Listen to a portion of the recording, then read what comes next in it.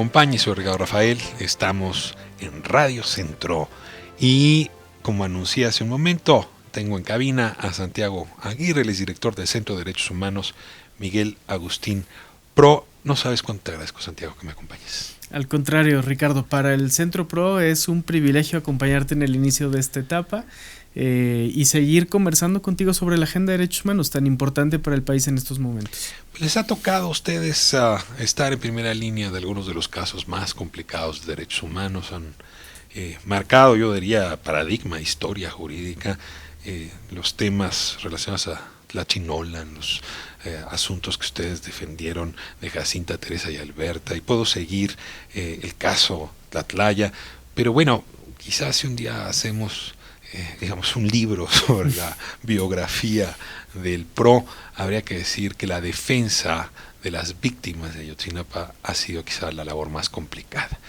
A ti te tocó como abogado meterte de cabeza, ahora encabezas el centro, y la idea de esta entrevista, le digo, o le comento al auditorio, te lo digo a ti, es tratar de hacer un balance de dónde estamos con respecto a Ayotzinapa, y déjame comenzar con una primera reflexión. El gobierno de la República y particularmente la Fiscalía General están obligadas a demostrar que algo ha cambiado en la procuración de la justicia. Y no hay caso más emblemático donde uno pueda medir ese cambio que en el caso Ayotzinapa. El presidente Andrés Manuel López Obrador en campaña prometió invertirse en esto, nombró a Alejandro Encinas, subsecretario de Derechos Humanos, como responsable, la propia secretaria de Gobernación, Olga Sánchez Cordero, ha estado muy invertida. Ustedes son la contraparte, y yo quisiera pedirte que desde tu balcón me digas cómo ha ido esta relación con el gobierno, con la Secretaría de Gobernación, con la Fiscalía General, antes de entrar ya al nombramiento del fiscal reciente en el caso de Ayotzinapa. Claro que sí, como dices, estas historias de víctimas de violaciones a derechos humanos que esperan justicia son, en el contexto de país en el que estamos, un buen indicador de cambio, porque de una manera muy tangible permiten medir si las cosas se están moviendo hacia donde queremos. Y Ayotzinapa en ese escenario juega un papel muy relevante. Los padres y las madres de los muchachos desaparecidos, desde que vieron que se avecinaba una alternancia política como la que tenemos en el país, entendieron que eso podría abrir la puerta para alcanzar la verdad en su caso, y con ello mostrar que en México es posible que la impunidad sea revertida y que no estamos condenados a la impunidad. Para esto las familias iniciaron un diálogo con el entonces candidato López Obrador en Iguala, lo ampliaron después con el presidente electo en el Museo de Memoria y Tolerancia el 26 de septiembre del año pasado, y lo profundizaron ya con el presidente López Obrador. Las familias advertían que necesitaban de varias dimensiones de la institución del Estado para que avanzara su caso, y diseñaron un esquema en el que pedían que hubiese un cambio en la Procuraduría General de Justicia con la designación de un fiscal, un cambio en la voluntad política con el recubrimiento con mandato legal de la posición de Alejandro Encinas, que ha sido muy benéfica en el caso y que se concretó en un decreto presidencial para la verdad y la justicia en el caso, una profundización de la asistencia técnica internacional con la ONU, pero también con el retorno de los expertos que en su momento fueron tan importantes para desmontar la verdad histórica, el GIEI, y querían ver esas piezas alineadas. Transcurrieron prácticamente 6 meses de la administración para que llegáramos a ese punto. Hoy estamos ahí. Hoy finalmente tenemos un fiscal independiente y autónomo en el caso, que es Omar Gómez Trejo, que fue secretario técnico del GIEI. Tenemos una asistencia técnica internacional muy robusta con la oficina de la ONU, que juega un papel importante, pero también con los expertos del GIEI que han regresado a apoyar en el caso. Y tenemos a un subsecretario de Derechos Humanos profundamente comprometido con el esclarecimiento. Es sincero Alejandro Encinas. Nosotros no lo dudamos. ¿Y los padres? Los padres vienen de una pedagogía de la impunidad en la que han aprendido a desconfiar de las instituciones. Aún así, cuando tienen gestos de trato digno, entienden que ese es el principio de una construcción de confianza y los han tenido de Alejandro y de su equipo, eso lo tenemos que decir. ¿Es el caso más importante que enfrenta el presidente López Obrador en materia de justicia penal? Mira, en el PRO acompañamos a muchas víctimas y es imposible jerarquizar dolores. Cada víctima en este país tendría que acceder a la justicia y a la verdad. Pero ciertamente Ayotzinapa es un crisol que condensa todo lo que tiene que cambiar en materia de justicia en el país. Todo. Todo. ¿Cómo se investiga? ¿Cómo se persigue? ¿Cómo se obtienen testimonios? ¿Cómo se construye la verdad histórica? Cómo se trata a las víctimas incluso. Entonces es un parámetro de la profundidad del cambio que debe haber en materia de justicia y atención a víctimas en México. Déjeme aquí hacer un corte y regresar en el tiempo. Todo lo que me estás diciendo podría ser el reverso de la historia previa. Entre los padres y el presidente Enrique Peña Nieto hubo una enorme desconfianza. Una campaña orquestada sin lugar a dudas desde la administración pública para denostarlos a ustedes, al PRO, a los padres, a los muchachos, para señalarlos incluso de narcotraficantes. Y llegaron a excesos extraordinarios, lo cual generó un muy mal ambiente. Eso está hoy despejado. Es decir, hoy trabajas tú con más libertad, los padres no están siendo revictimizados, hay un trato digno, dices tú, por parte de la autoridad. ¿Eso cambió? Eso cambió, hay un trato digno, hay posibilidad de construcción de agenda con las distintas instituciones. Algo muy representativo de este cambio es el ingreso de las familias al 27 Batallón de Infantería, una medida básica de transparencia que de una manera inexplicable el anterior gobierno, y hay que decirlo, el anterior secretario de la Defensa Nacional impidió una y otra vez. Y que son las medidas que muestran que se puede avanzar en una lógica de mayor transparencia para conocer la verdad en el caso. Ahora, estamos ante el gran reto en Ayotzinapa de que... Te tengo aquí. Ese mismo gobierno que cometió estos errores que generaron incertidumbre y desconfianza, fue el mismo gobierno que pidió la asistencia internacional. Ustedes los convencieron de traer al grupo de expertos internacionales. Y si hoy tenemos posibilidades de avanzar es por ese grupo de expertos. ¿Cómo evalúas esa contradicción? Un gobierno que por un lado ataca al PRO y genera un ambiente nocivo, digamos, y que incluso inventa, ahora vamos a hablar de esto, el tema del basurero de Cocula, y del otro lado, un gobierno que apoyó la creación del grupo de expertos. Claro, es muy paradójico. Yo creo que tiene que ver con que las instituciones mexicanas tardaron mucho en dar respuesta en la fase inicial del caso Ayotzinapa, y más que querer la asistencia técnica internacional, se vieron orilladas a aceptarla. O sea, la crisis internacional los orilló. Exacto. No fue un asunto de voluntad del secretario Osorio Chong, ni del presidente Peña Nieto, fue el extremo de la circunstancia. A ver, habían funcionarios que estaban abiertos a la asistencia técnica internacional. Yo tengo, por ejemplo, en muy buena opinión el papel que jugó alguien como el subsecretario Gómez Robledo, por ejemplo. Tampoco sería justo negar esos matices que siempre existen en un aparato grande y complejo como es el del Estado mexicano y el del gobierno federal. Y luego salió, por cierto, O sea, pero ciertamente había un gobierno más bien orillado a abrirse a la asistencia técnica internacional que un gobierno que genuinamente creyera en eso. Ahora, hubo dos temas que hicieron cortocircuito en la relación de esa asistencia técnica del GIEI y el gobierno de Enrique Peña Nieto. Uno de los temas fue el basurero de Cocula.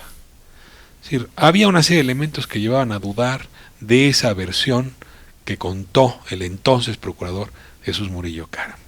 Y el otro tema fue la negativa, lo mencionabas ya, de parte de efectivos del ejército que habrían participado de alguna manera o estado presentes de alguna manera en el evento del 26 al 27 de septiembre de 2014 y que dijeron no van a declarar frente a extranjeros porque la autoridad extranjera no es competente para, entrevistar, investigar sobre los militares.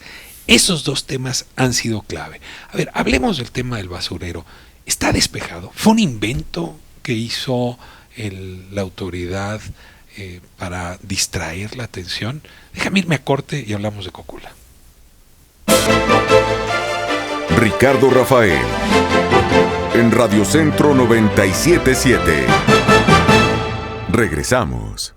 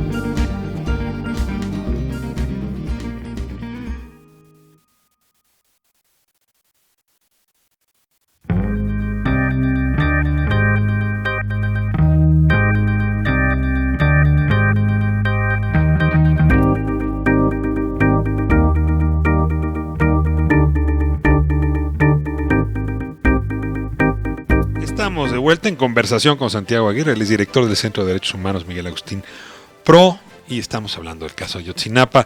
Antes del corte, famosa mentira histórica o verdad histórica. Recientemente, pues la divulgación de un interrogatorio con tortura a Carlos Canto, alias el Pato, uno de los dos patos, por cierto, del expediente, porque hay dos, advierte que días antes de que se encontraran los restos de alguno de los normalistas desaparecidos en el río San Juan, pues tuvo información la Procuraduría que a los muchachos se los habrían llevado, pues en efecto, lejos de Cocula, ¿no? Hacia Huitzuco, hacia otro lado. Y sin embargo, Santiago, tenemos a un gobierno empecinado, primero en decir que todos los habían quemado en Cocula y luego insistir que ahí estaba la verdad. Sí fue una burla en cadena nacional. ¿Dónde está Cocula hoy? ¿Ya está descartada como explicación para lo que ocurrió?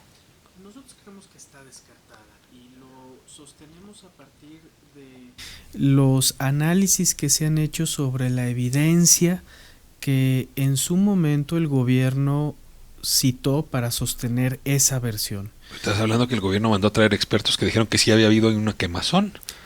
Para desestimar lo que Torero, el perito que habían traído los expertos internacionales, había dicho. Ha habido todo un debate sobre el basurero, pero hoy tenemos algunas cosas que están comprobadas. Está comprobado que se recurrió a la tortura para investigar. Está comprobado que se recurrió a otras ilegalidades como disponer de detenidos y trasladarlos sin los debidos resguardos a lugares relevantes para los hechos. El caso del Chereje. Pero también está comprobado que para sostener que en un ambiente al aire libre se realizó o ocurrió un fuego suficientemente grande como para reducir a cenizas 43 cuerpos humanos, habríamos tenido otro tipo de evidencia física en el lugar, como por ejemplo el daño a la vegetación adyacente, como por ejemplo restos de carga de combustible. Niega. En fin. Así es. Pero lo que sí confirma la versión de la verdad histórica son los restos de Alexis Mora en el río San Juan. Y uno empieza a preguntarse si no se fueron sembrados esos restos. Si la autoridad del momento, Tomás Cerón concretamente, no solamente fue un mal investigador, sino encubrió a alguien más. Porque ahora nos enteramos de que la policía ministerial perteneciente a la PGR entonces pudo haber participado en la desaparición. Tomás Cerón podría haber estado actuando para cubrir a los suyos. A ver, aquí tenemos un problema muy serio. Que no solamente es ineficiencia, sino sería obstrucción de justicia, y aquí estamos ante un delito mayor. Tomás Cerón en todo esto puede salir bien librado después de lo que sabemos. Hoy tenemos una determinación de la Visitaduría General que encuentra que el titular de la Agencia de Investigación Criminal y otras personas vinculadas a la investigación incurrieron en irregularidades que tienen trascendencia penal. Eso lo dice el órgano interno de control General de la PGR, que es la Visitaduría, señaló a Cerón desde la época de Peña Nieto. En la época de Peña Nieto lo había encubierto, había considerado la visitadora que habían faltas leves. Después de un amparo que ganan los padres y las madres de familia en esta lucha incansable, la Visitaduría General se ve obligada a emitir una nueva resolución que considera que hay delitos de varios funcionarios. Tiene que investigarse por qué se cometieron esos delitos. ¿Fue porque el presidente ordenó cerrar el caso con una respuesta rápida sin evidencia científica? ¿Fue para encubrir alguna otra operación ilegal más de fondo? ¿El consejero jurídico de la presidencia qué papel jugó? Eso es lo que hoy tiene que investigarse. Lo que es claro es que cada vez surge más evidencia sobre el involucramiento de otras policías. Decías ahora bien, la policía ministerial. ¿Qué sabemos de la policía ministerial? Pues de la Policía Ministerial Federal sabemos que tenían levantada un acta circunstancial de los hechos desde el 26 de septiembre y no investigaron, y sabemos también de la Policía Ministerial del Estado de Guerrero que pudo haber entrado también en colusión con los grupos criminales de la zona. Todas esas líneas tienen que agotarse. Bueno, eso es lo que sabemos hasta hoy. 5 años después, qué barbaridad, este septiembre se van a cumplir 5 años. Un lustro. Y logran ustedes algo que es histórico. Que alguien con enorme dignidad, con destreza técnica, jurídica, ¿no? Que estuvo muy cerca del grupo de expertos extranjeros, pero que hay que decirlo, es mexicano, Omar Gómez Trejo, haya sido nombrado por parte del fiscal Gers Manero como fiscal especial para el caso Ayotzinapa. Es decir, es un signo político relevante que hay que leer. Yo te preguntaría, ¿cuáles son los desafíos de Omar Gómez ahora? O sea, si, dado lo que conoces, lo que se espera de ellos, ¿cuáles son sus desafíos en materia de tiempos y en materia de señalamientos y concretamente investigación y consecución del caso? El primer gran reto, que es el que los padres y las madres le han puesto de relieve, son ellos quienes consiguen que su lucha avance centímetro a centímetro, es dar con el paradero de los estudiantes. A 5 años de los hechos tenemos el gran reto de que coincidan los tiempos de gobierno con los tiempos de las víctimas. El gobierno legítimamente puede decir todavía nos falta tiempo para terminar de asentarnos en el aparato de poder, pero las víctimas con la misma legitimidad pueden decir tenemos 5 años luchando. Y y es muy importante que este gobierno siga reconociendo que el cambio que ha habido en México es resultado de luchas electorales, pero también de luchas sociales, donde las víctimas han ido a la vanguardia muchas veces sin el acompañamiento de las fuerzas políticas. Ayotzinapa y Casablanca son dos de las razones por las que el régimen anterior se desmoronó. Creo que eso es muy claro y en reconocimiento de ello el nuevo gobierno tendría que impartir justicia en ambos temas, a fondo. Ahora cuenta Omar Gómez Trejo con un aparato de investigación solvente, cuenta con recursos, cuenta con conversación con el ejército, a diferencia de antes. ¿Qué apoyo va a tener? Entiendo que Ángela Buitrago y Francisco Cox, que son parte del GIEI, han sido ya reclutados para apoyar en la investigación de nuevo. Viene uno de Chile, la otra de Bogotá, de hecho están invitados a venir a este espacio en breve. A ver, te pregunto, ¿cómo va esa construcción, digamos, de los brazos que Omar Gómez va a tener para seguir adelante? Porque pues en breve él será responsable de que haya resultados o no, ¿eh? Así es, su designación es un acierto por parte del fiscal general Gertz Manero. Sin duda que hay muchos retos adelante, pero el fiscal Gómez Trejo no parte de cero. Tiene y tendrá el respaldo del grupo de expertos, tiene y tendrá el respaldo de la ONU, que fue muy importante para indagar la tortura en el caso, pero también tiene, Ricardo, un equipo de ministerios públicos de PGR, hoy Fiscalía, que es muy rescatable. Hay gente allá adentro. ¿Cuántos ministerios tiene?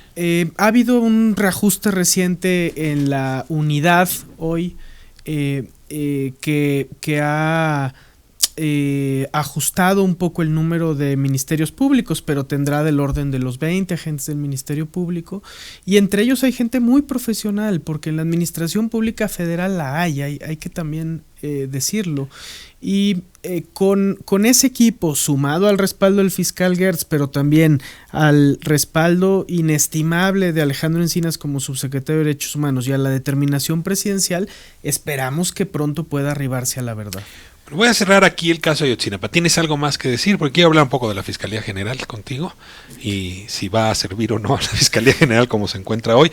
¿Algo más que agregar que te preocupe del caso de Ayotzinapa? Yo creo que decir, Ricardo, que el momento en el que hemos llegado es consecuencia sin duda de un cambio político, sin duda de una voluntad presidencial, pero también de una lucha de corazón, de dignidad de los padres y de las madres.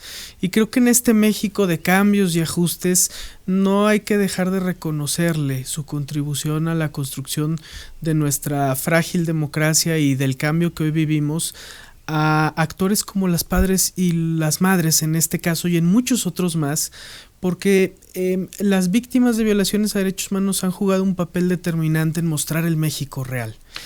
Yo no me imagino todavía cómo puede uno transformar el dolor personal en lucha pública de cambio de instituciones.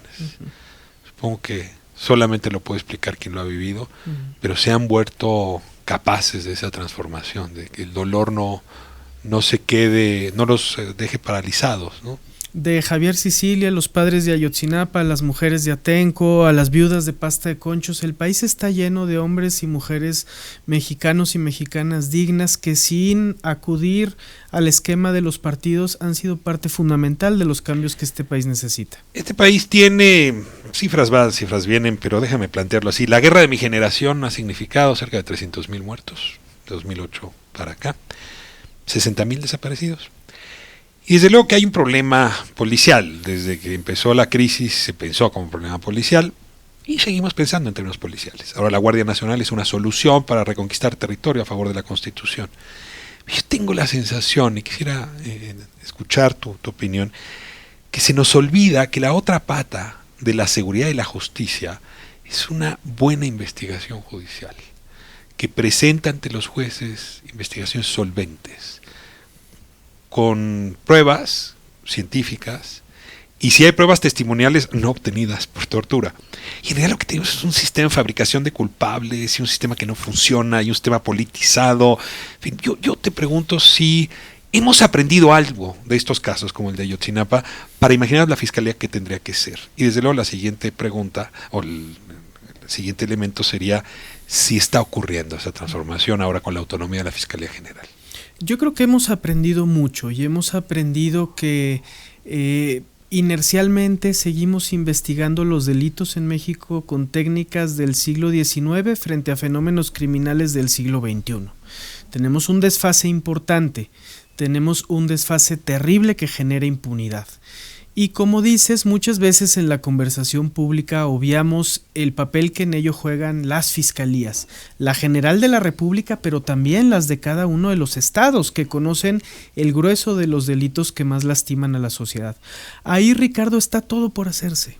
Tenemos que reconstruir el sistema de justicia, es el gran reto de nuestra generación, y tenemos que entender que para eso se necesita sí voluntad política, pero también recursos, pero también capacidades institucionales, pero también renovación del personal que integra las procuradurías. Solo con voluntad posiblemente no avancemos en los cambios que requerimos. Santiago Aguirre, director del Centro de Derechos Humanos Miguel Agustín Pro, no sabes qué gusto me da tenerte aquí, desde luego porque nos permites comprender cómo avanza el caso judicial histórico más relevante que hay hoy en nuestra época, que tiene hoy el gobierno, que tiene hoy la sociedad mexicana, pero también te agradezco que estés aquí porque es una forma de contarle a la audiencia de este espacio nuevo que no solamente Ayotzinapa, sino el periodismo sobre la justicia va a ser un tema insistente, machaconamente insistente de parte de este micrófono y de esta voz. Te agradezco muchísimo y aquí está abierta la puerta, por favor, para que conversemos cada vez que un tema relevante llegue a tu escritorio. Al contrario, Ricardo, enhorabuena por el nuevo espacio y sabemos que seguiremos encontrando aquí una caja de resonancia para los temas de derechos humanos. Así será y sobre todo para darle voz a quien no lo tiene. Voy a corte y de vuelta Genaro Lozano para hablar sobre control de armas en los Estados Unidos y México.